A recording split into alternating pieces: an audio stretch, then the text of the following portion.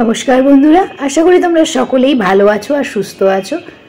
আমরাও কিন্তু এমনি মোটামুটি ঠিকই রয়েছি, তবে আমার গলাটা একটু ভেঙেছে।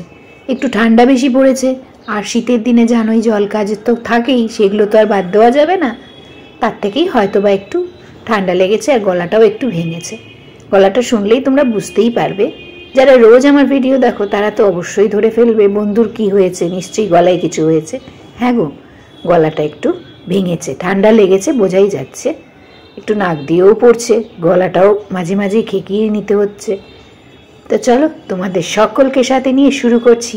দেখো, হলুদ রঙের বোয়াল মাছ, তার একটা সুন্দর মজাদার রেসিপি। এই রেসিপিটা অবশ্য আমি আমার শাশুড়ি মায়ের কাছ থেকে না, আমার মায়ের কাছ থেকে শিখেছি। মা ভীষণ ভালো রান্না করতেন এটা, আর এটা রান্না করে প্রথম দিন যতটা না স্বাদ লাগতো খেতে, দ্বিতীয় দিন মানে বাসি মাছটা খেতে বেশি টেস্ট লাগতো। যদি তোমরা বাসি মাছ খেতে পছন্দ করো তাহলে রান্না করে আগের দিন রেখে দেবে, পরের দিন খাবে, দেখবে আরও বেশি স্বাদ হয়েছে মাছের ঝোলটায়। প্রথমে মাছটাকে ভালো করে ধুয়ে জল ঝরিয়ে নিয়েছি। এখন যে কটা পিস লাগবে সেগুলোকে হলুদ, লবণ এবং অবশ্যই কাঁচা সর্ষের তেল দিয়ে মেখে নিচ্ছি। কেন কাঁচা সর্ষের তেল দিলাম এবারে বলি। যে মাছের আঁশ থাকে না, সেই মাছের গায়ে একটু যদি কাঁচা সর্ষের তেল দিয়ে তারপরে মাছটাকে এপিট ওপিট ভাজো, তাহলে মাছের তেল ফুটে গায়ে আসবে না, মানে ফোসকা পড়বে না। তবে পড়বে না বলাটা খুব ভুল, গ্যারান্টি দিয়ে বলা যায় না যে পড়বেই না, পড়বে হয়তো বা কম কম ছিটবে। আমি ওই জন্য শীতকাল ভয় খুব একটা নেই, কারণ ফুল হাতা সোয়েটার পরাই রয়েছে, তাই মেখে নিলাম পুরো মাছটা। দেখো কি সুন্দর না, কত বড় বড় পিস, আর বেশ সুন্দর, লেজাটা অনেকটা বড় করে কাটিয়ে আনা হয়েছে। আমি কাটিনি, বাজার থেকে কিনে কেটে নিয়ে আসছে। জ্যান্ত মাছ, জানো তো, মাছটা ভাজলে তোমরা বুঝতে পারবে, দেখলে জ্যান্ত মাছ ভাজবার পর কিন্তু বোঝাই যায়, দেখবে একটা ঢেউ খেলানো উঁচু নিচু ব্যাপার চলে আসে। তারপরে তেল গরম করে প্রথমে আরেকটু সাবধানতার জন্য দিয়ে দিলাম লবণ, আর লবণটা একটু চড়বড় করে ওঠার পর সবকটা মাছ এক এক করে ধিমে আছে এপিট ওপিট ভেজে নিলাম। এই দেখো মাছটা কি সুন্দর ঢেউ খেলানো ভাজবার পর হয়েছে, এটা মানেই টাটকা মাছ। এর সাথে আমি যে জিনিসগুলো দেব, একটা গোটা পেঁয়াজ কুচি আর কয়েকটা নতুন আলু, যার স্বাদ অনবদ্য, এটা আর বলতে, যে কোনো রান্নাতেই দারুণ যায়, সেটা একটু লম্বা করে কেটে রেখে দিলাম। আরও কয়েকটা জিনিস দেব, দেখো তার মধ্যে মশলার মধ্যে দেব 1 চামচ ধনের গুঁড়ো, 1 চামচ জিরের গুঁড়ো, এটা হচ্ছে গরম মশলার গুঁড়ো, 1/2 চামচের মতন গরম মশলার গুঁড়ো বা ছোট 1 চামচ গরম মশলার গুঁড়ো, হলুদের গুঁড়ো, লবণ এবং 2টো কাঁচা লঙ্কা। এই দিয়ে আমি মশলাটা সাঁতলাবো, আর এখন গরম জল দিয়ে পুরো গুঁড়ো মশলাটা আমি গুলিয়ে রেখেছি। তারপর এর মধ্যে দিয়ে দিয়েছি বড় চামচে 2 চামচ টক দই। ব্যাস, মশলা আমার কমপ্লিট। এবারে তেল গরম করে তার মধ্যে তেজপাতা, শুকনো লঙ্কা, সাদা জিরে ফোড়ন দিয়ে যে পেঁয়াজটা কুচিয়ে রেখেছিলাম সেই পেঁয়াজটা দিলাম, আর একটা বড় সাইজের টমেটো থেকে অর্ধেকটা টমেটো কুচি দিয়ে দিলাম। এবারে এর মধ্যে একটু সামান্য লবণ দিয়ে আমি বেশ খানিকক্ষণ পেঁয়াজটা আর টমেটোটাকে ভাজবো। কেন ভাজবো?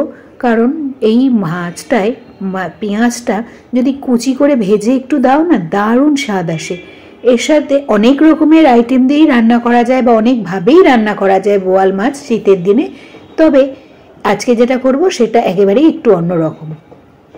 এরপরে দিয়ে দিলাম পেঁয়াজটা একটু ভাজা হওয়ার পর যে কেটে রেখেছি লম্বা করে নতুন আলু, সেই আলুগুলো। এবারে সবটা আমি আবার খানিকক্ষণ, মিনিট 2-3 একটু ধিমে আছে নাড়িয়ে নাড়িয়ে ভাজবো। আর ভাজতে ভাজতে পেঁয়াজটা কিন্তু প্রায় গলেই আসবে দেখবে, আর টমেটোটাও বেশ সুন্দরভাবে মুচমুচ করে গলে যাবে। আর এই টমেটোটা না আমি একটু বড় বড় করে কুচি করেছি, তাহলে কি হয়, খেতে কিন্তু খুব ভালো লাগে। মুখে যখন এই টমেটোটা পড়ে, পুরো গলে যায় না তো, একটু যখন পড়ে না খাবার সময় ঝোল খেতে বা ভাতটা মাখার পর, তখন খুব টেস্ট লাগে। এই দেখো পেঁয়াজটা কিছুটা ভাজা হয়ে যাওয়ার পর আমি এর মধ্যে দিয়ে দিলাম গুলিয়ে রাখা গুঁড়ো মশলাগুলো সব, আর তার সাথে ছিল টক দইও। টক দই আমি কিন্তু 2 চামচ দিয়েছি, বেশি নয়, যেহেতু টমেটো দিয়েছি সেজন্য টক দইটা অল্প দেবে। এর সাথে চাইলে তোমরা বড়ি দিতে পারো, তবে এই রান্নাটার সাথে আমি যেরকমভাবে দেখাচ্ছি সেটাই বেশি ভালো যায়। বেগুন বড়ি দিয়ে বোয়াল মাছের ঝোলও দারুণ হয়, তবে সেটার মশলাটা একটু অন্যরকম, রান্নার কায়দাটাও একটু অন্যরকম, সেটাও না হয় একদিন তোমাদের সাথে শেয়ার করব। আর এগুলো দেখবার জন্য কি করতে হবে, তোমাদেরকে আমার চ্যানেলটি সাবস্ক্রাইব করে না রাখলে অবশ্যই আমার চ্যানেলটিকে সাবস্ক্রাইব করে রাখতে হবে।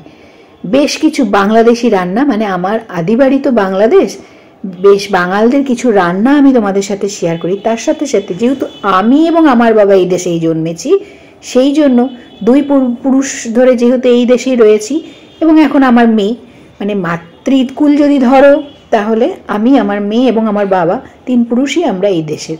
ফলে এই দেশেরও বেশ কিছু রান্না আমি শিখে গিয়েছি, তার সাথে আমার শাশুড়ি মায়ের হাতেরও রান্না আমি কিন্তু শিখে গেছি।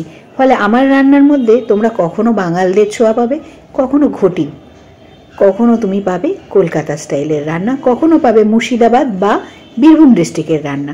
আমি এই জায়গাগুলো ঘুরেছি চাকরি সূত্রে, সেই জন্য বিভিন্ন জায়গার বিভিন্ন রকমের রান্না আমি আমার রান্নার চ্যানেলে দেখাতে পারি, কারণ আমি এটা নিত্যদিন রান্না করি। আমি যা রান্না করি, আমি যা নিজে ফিল করি, যা আমরা খাই, সেটাই তোমাদের সাথে আমি শেয়ার করি। কোনো বারবারন্ত কোনো জিনিস কিন্তু তুমি আমার চ্যানেলে দেখতে পাবে না।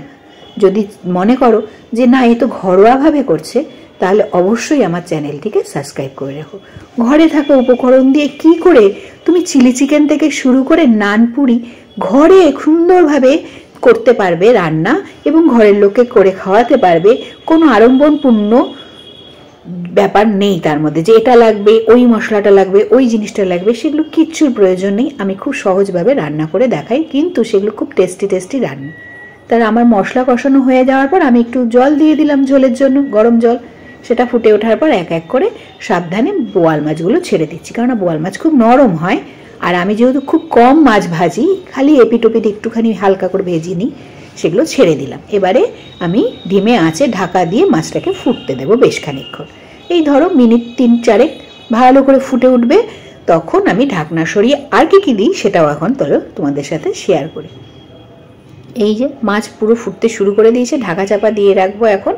এই যে টকবকানি গন্ধটা আসছে, এই গন্ধটা যে কি সুস্বাদু গন্ধ, এত সুন্দর অ্যারোমা, কি বলবো। এই দেখো রান্না আমার কমপ্লিট। মাছ হয়ে যাওয়ার পর উপর থেকে কাঁচা লঙ্কা এবং বাড়িতে আমি যে ধনেপাতা গাছ লাগিয়েছি সেই ধনেপাতা কুচি দিয়ে দিলাম ওপর থেকে ছড়িয়ে। এটা যদি চাও তোমরা স্কিপ করতে পারো, তবে শীতকাল তো যে কোনো জিনিসের ধনেপাতা দারুণ যায়। আর যদি সেটা মানে একেবারেই জৈব উপায়ে বাড়িতে তৈরি করে থাকো, তাহলে তো কোনো ব্যাপারই নেই।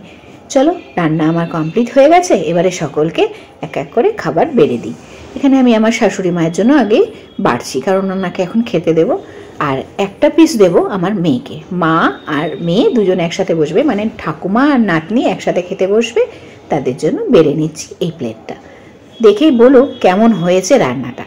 আর বাড়িতেও অবশ্যই একদিন রান্না করে খেও শীতকাল আস্তে আস্তে। আর মাছটা একটু বেশি করে রান্না করে রাখবে, যাতে পরের দিন তোমরা সেটার স্বাদ নিতে পারো।